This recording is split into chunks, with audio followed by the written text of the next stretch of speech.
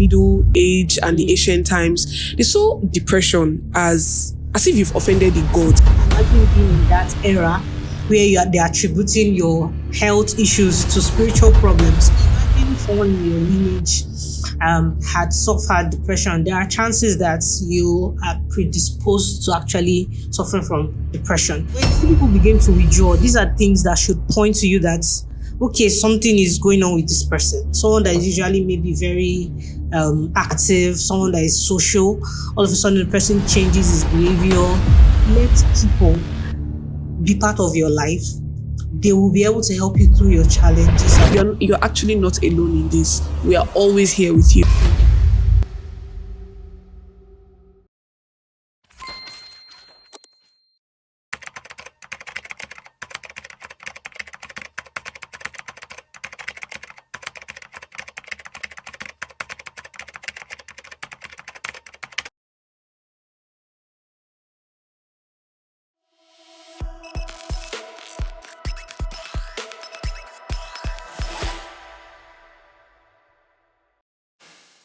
Hi guys, you're welcome to Timeline. My name is Jonese, and of course I'm here with Jennifer Zito. I know it's only me that is here today. Well, Paul went on sabbatical leave, but definitely he went to London to get me some, things. Christmas is coming. How are you doing? It's been a while. You're amazing. Actually looking very amazing. Thank you. You tell me your secret later. Thank you. All thanks to Tinubu. All right, so guys, how are you guys doing? All right, it's Joan again, and of course, Paul is not really around. But anyways, we are here to just keep the track going. Okay, so our topic for today on today's show is, well, quite sad, but definitely is for you, for your consumption, and someone out there who is actually going through this. Depression. That's our topic for today. Now, according to WHO, that's the World Health Organization, they estimated that over 280 million people worldwide are actually depressed. And it will interest you to know that my gender, well, we are the most affected ones. Now, what does depression mean? According to National Institute for Mental Health, they defined depression. Well, another name for depression can be depressive disorder or clinical depression or melancholia, according to the ancient times. Now, depression can actually be seen as something that is a promax of sadness. Well, let me just define it according to what National Institute of Mental Health said. So it's a common but serious mood disorder. It causes severe symptoms that affect how a person feels, thinks, and handle daily activities such as sleeping, eating, or working. It will interest you to know that for someone who can be diagnosed with depression, the person must have been going through this for like at least 2 weeks. Let me come to you now, Jennifer Kizito. Yeah. Depression is a very, very serious issue. Yeah. What do you think? Like over 280 million people, according to WHO, are actually depressed. And our gender, come on, they are actually not exempted. We are the most affected ones. What can you say about this? Well, it's a very sad thing to actually find out that this amount of people actually have depression. It shows that something is wrong somewhere and there's something that we are not doing correctly or there's something we should improve on. And finding out that the female gender tops the list, it's only, we could actually attribute that to the fact that we are more emotional beings. Right. Yeah, so because of that, we tend to, take things that in the environment very, very seriously, or events, situations, we handle them, we take them more seriously than the male gender. Okay, wow. Well, I don't know. That all those people that used to say that we are weaker vessels. I don't know, Sha, but it's it's not weaker vessels. I just believe we are more emotional beings. Okay. So now let's go back to where all this is coming from the 19th century. I think at that 19th century, that was when we discovered that psychiatry became a formal field. But before then, around the Middle Age and the ancient times, they saw depression as if you've offended the gods. Like it was like a spiritual thing. Problem. Yeah. So if you're going through depression, it's like you are serving a punishment of the sin that you committed. Yeah. Like that's somehow. But anyways, coming down after the 19th century where they finally saw that, okay, this is a mental thing. And around 20th century, they now saw that, okay, this can be affiliated to biological and psychological trauma. And then back to 21st century, now that it has to do with the brain. It's like a mental condition that needs to be treated. What's your take on that too? It's beautiful how we've evolved from far back as the 90s, 80s, and then we are here right now. It only shows that we are doing better. We are getting better at discovering, researching, because I can just imagine most of the people that suffer from depression. Imagine being in that era where they're attributing your health issues to spiritual problems. And just think about how many people actually live their life without actually finding solutions. Imagine attributing depression to a spiritual problem and they are taking you round and round and round, but no cure actually. Not knowing that the person is actually suffering. Exactly. So imagine you didn't commit any sin and then they're attributing everything to sin. It further plunges you into a depth of depression because you're wondering what's actually wrong with me. But it's beautiful to see how much we've evolved over the years. We're actually getting better by the day. So that's a very, very interesting one. Now, let's go to the causes that can trigger depression. I don't know. I feel so sad about this because like even the person watching us right now might be depressed. We don't know. But anyways, or might be around someone who is depressed. So let's try to like know as a psychologist that you are, what are those causes that can trigger depression? Well, there are many causes to depression. We can't actually one thing depression is, or mental health, is that sometimes there are a myriad of things that can actually trigger mental health issues or mental disorders. So, but we can pinpoint or trace them back to trauma, which can be external, something happening in your environment that can trigger, imagine rape and the rest of them. You being abused, sexual abuse, physical abuse, and the rest of them. These are traumas that can happen to you. We can also look at situations like imagine having all the money and then all of a sudden you lose it. Events, life crisis are all the things that can lead one into depression. We can it can also be traced to diseases. You can trace this depression to diseases. For example, find out that you have a heart issue or some chronic illness or terminal illness. The first thing that happens is that your mind tries to wrap itself around the idea that you are no more healthy. Now you're becoming sick. You have to maybe depend on drugs or depend on one thing or the other. So like the anxiety can actually... Then you get to a point where you now fall into depression. We call that depression as a result of medical issues. So it's not really depression. It's resulting from the fact that you found out that you are sick. So that sickness leads you to a place of depression. So there are all kinds of depression out there. So it depends on the situation, the events that trigger these things. Yeah, and I was actually reading about this depression thing, and I found out that even genetics, you can get depression from someone from your family. Like it can transfer to you.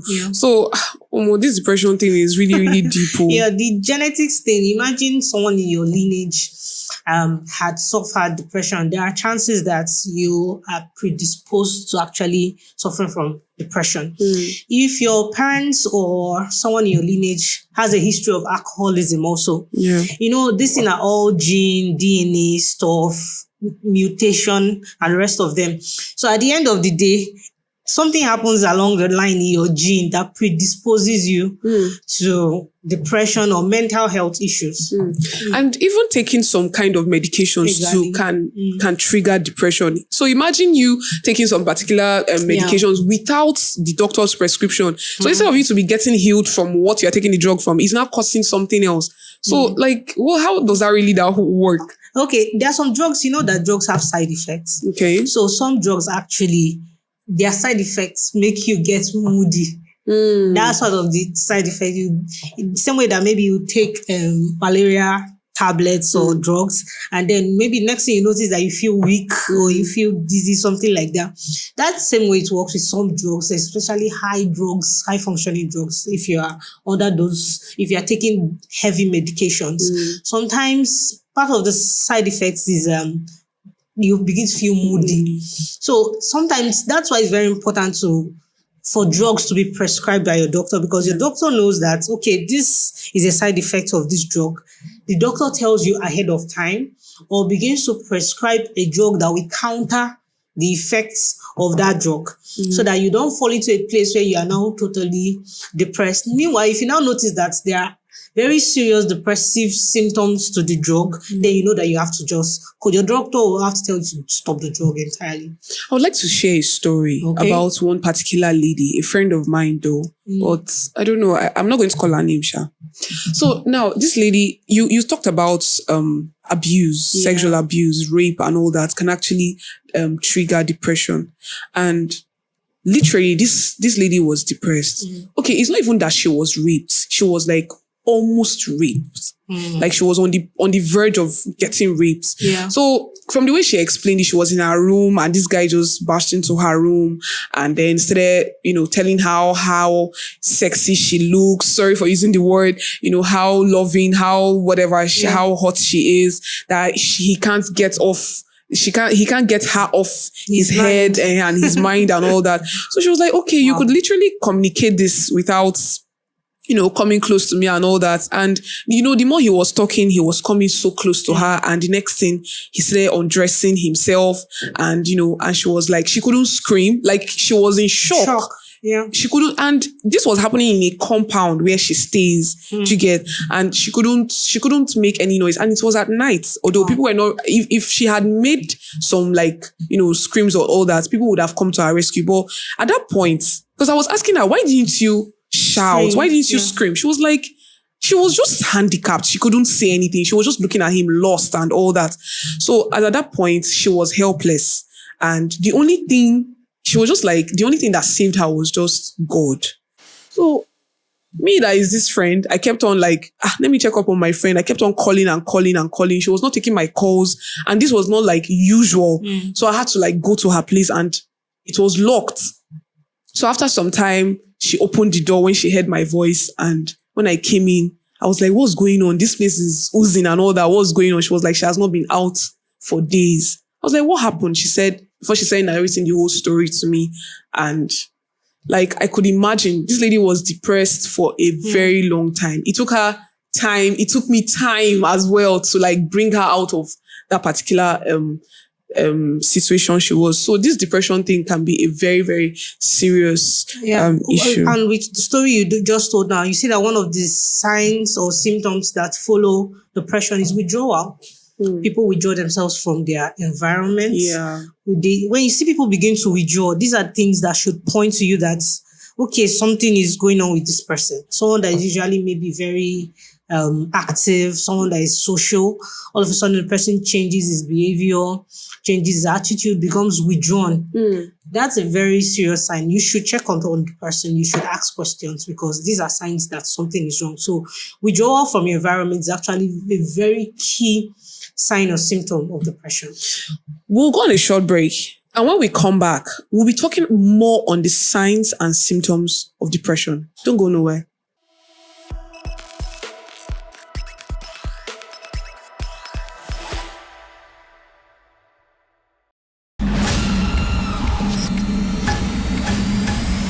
Hey everyone, let's face it, our world today experiences numerous challenges.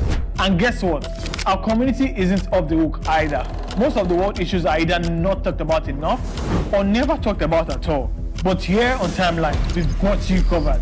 We dive deep into issues that affect us every day, leaving behind footprints of wisdom, knowledge, and solutions. Think of it like a roadmap that keeps you on the track for success. So buckle up, because in this new season of Timeline, we're taking another trip through the past, the present, and navigate into a more promising future. Again, we're talking solutions, people. And let's make one thing clear.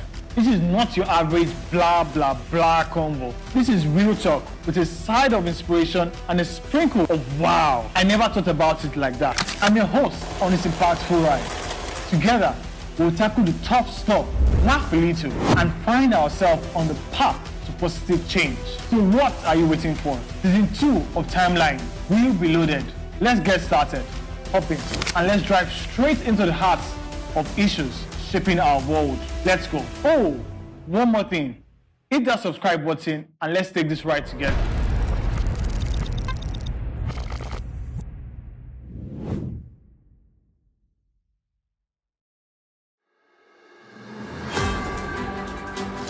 Every day, amazing stories of hope and tenacity unfold across the globe. On Hued Hour, we dive into these inspiring tales and discuss the vital work being done in the humanitarian and development space. Humanity has never faced a shortage of challenges, yet we rise stronger through teamwork and determination.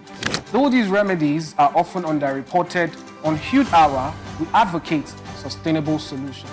We bring you the latest and most impactful news on how lives are being changed.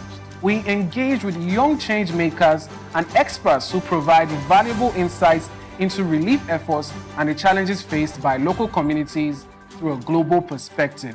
Join us every Wednesday by 8 a.m. on Hued Network's YouTube channel as we embark on this journey of positive change.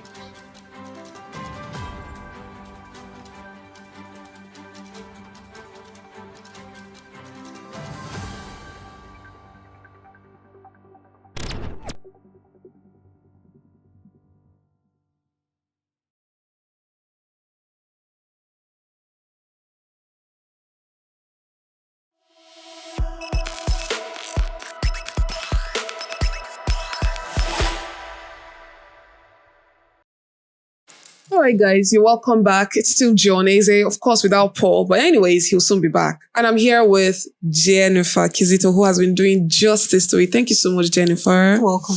All right, so now we've been talking about depression and we've talked about the history, the definition, now to the causes that triggered depression. And now we are on the symptoms and signs. And Jennifer, before we went on the break, you've been talking about family, how they withdraw, people that are going through depression, how they withdraw from families and friends. Any more symptoms? Yeah, many symptoms. We have low self-esteem. We've talked about your friend who was almost raped. You know, one of the things that happen with depression is that the person begins to feel unworthy, feel like doesn't deserve things, like you don't want to be involved in things, you don't just feel worthy to be accepted by others. So low self-esteem is a major sign. Then eating disorders. Some people eat more, some people begin to eat less.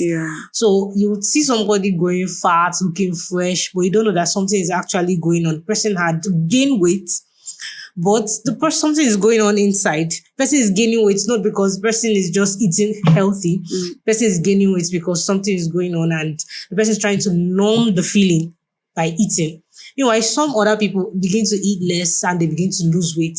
So weight changes are all signs, and eating disorders are all signs and symptoms of depressive disorder. Yeah, even speaking of sleeping too, people actually suffer from insomnia and hypersomnia. The insomnia, that's people that find it difficult to sleep, and then hypersomnia, they will now be sleeping so much.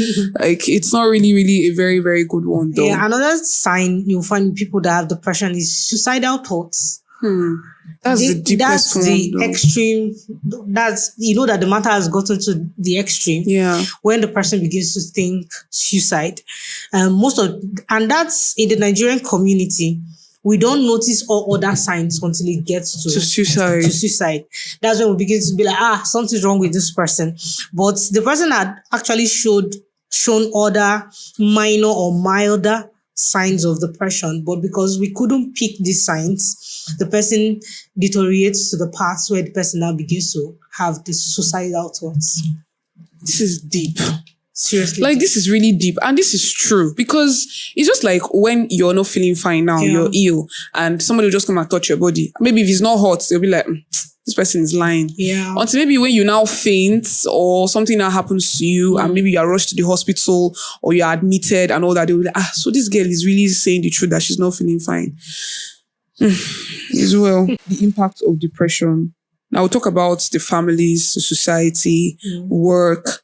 How does it really have impacts, a depressed person with the family and all that? Well, like we just mentioned the signs and the symptoms. Yeah. And I mentioned that one of the signs is withdrawal. Imagine being in a family and all of a sudden the person changes. It affects the entire family. Like your siblings are wondering what's going on with you. Why did this suddenly change? Why did it suddenly withdraw? Or why is it that the person just can't communicate as he used to? That lack of communication builds. Imagine a husband or a wife changes all of a sudden. So it causes that that distance, that gap between people, relationship. Meanwhile, there are people that have high functioning depression. They work more. Coming to workplace, they function more when they are depressed. You don't even They're know. hyperactive. Exactly. That's when they work more. They plunge themselves into working, they're addicted to work. They're just trying to numb that depressive feeling. They don't really want to pay attention to it. But something is going on inside. So there are also people that can't function well at work.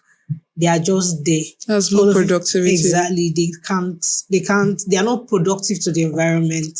You see them, they lock themselves up in their rooms. They can't actually do anything per se. So it affects the family. It affects society. It affects people in workplace.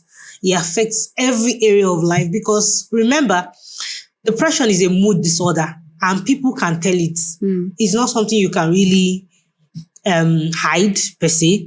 So it's a mood disorder. So let's talk about the patterns of depressive disorder. Okay. So they are in different patterns. We have the single depressive disorder. And this is where you have experienced depression like once, an episode, like a period of time for a very long time in your life. This is just only once. Then we have the recurrent depressive disorder, a pattern. And this is like something that has occurred like more than once, maybe twice at least in your good number of years. And now we have the bipolar. That's like the manic part. The manic part. Yeah. And this is where you are hyperactive. And just like you've mentioned earlier, that this is where people with high self-esteem, like I'm trying to imagine you have high self-esteem and you are depressed. How does that really work? So most people that have bipolar depression, one thing that happens to them, they have manic episodes. They have episodes where they are just everywhere. They can be everywhere. They can be doing everything. And manic episodes also mean that sometimes they can go as far as hurting other people without realizing it. So they have that episode where they blank out of reality. They do things that they would not normally do. Yeah. And then after some time, they are like, what did I just do?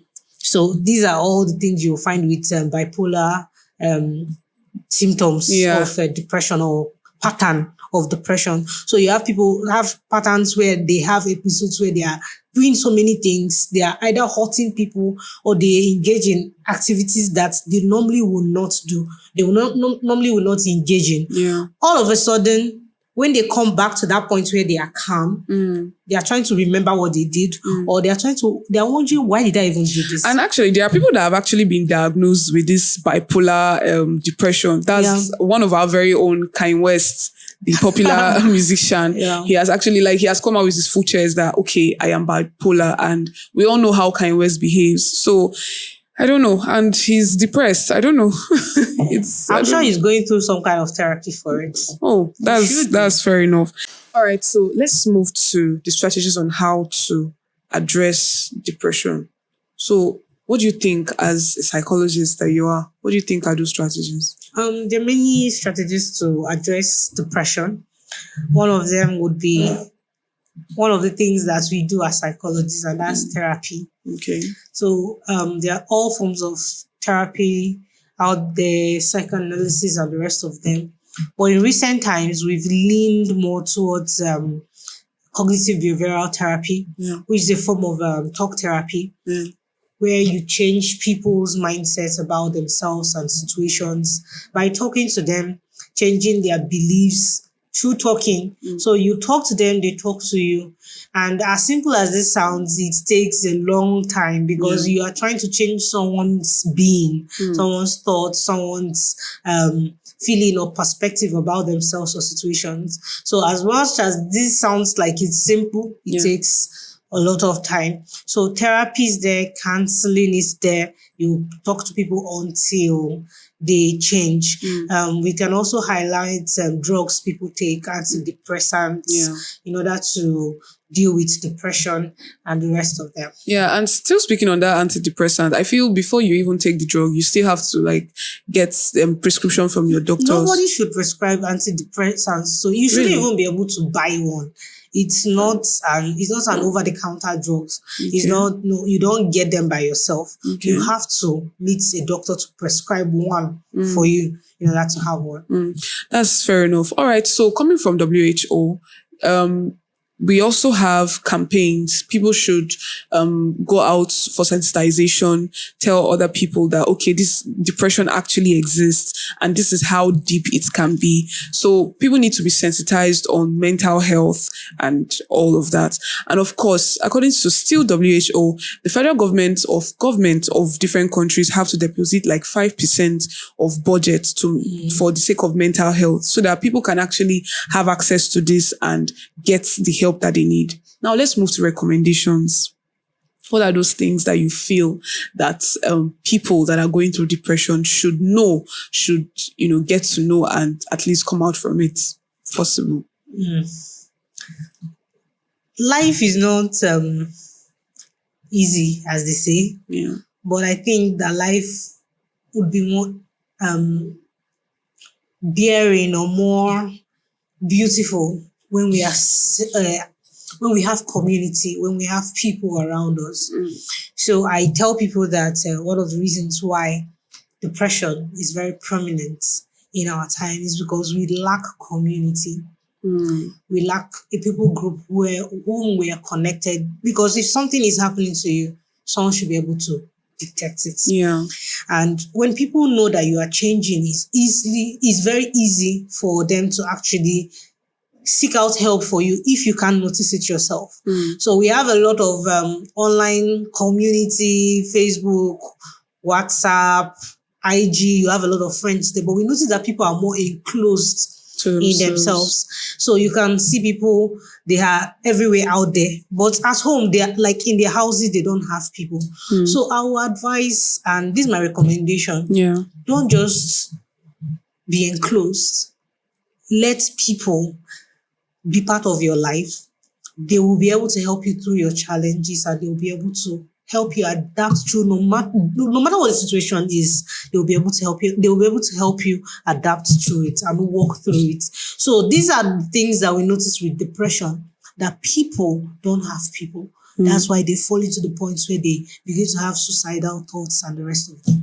All right, thank you so much. Now, if you have thought of suicidal, or you want to commit suicide or something like that, just remember that you are not alone. There are a lot of people around you that you need to talk to. Just like the popular saying, a problem shared is a problem half solved. And it's not everybody, but at least you have to talk to someone who you trust. So make sure that you are not alone. You're actually not alone in this. We are always here with you. And you committing suicide is not the best option. If you know that this depression, you've lost a loved one, you're not doing something right, you feel things are not really moving well for you, it's okay to feel that way, but don't dwell in it for too much. Talk to someone, just like Jennifer said, build a community, make sure that someone is there to dictate when you're feeling sad. And of course, people around people, be sensitive to know that people are going through a lot. Don't add to whatever people are going through, or don't add to any negative, don't give any negative vibe.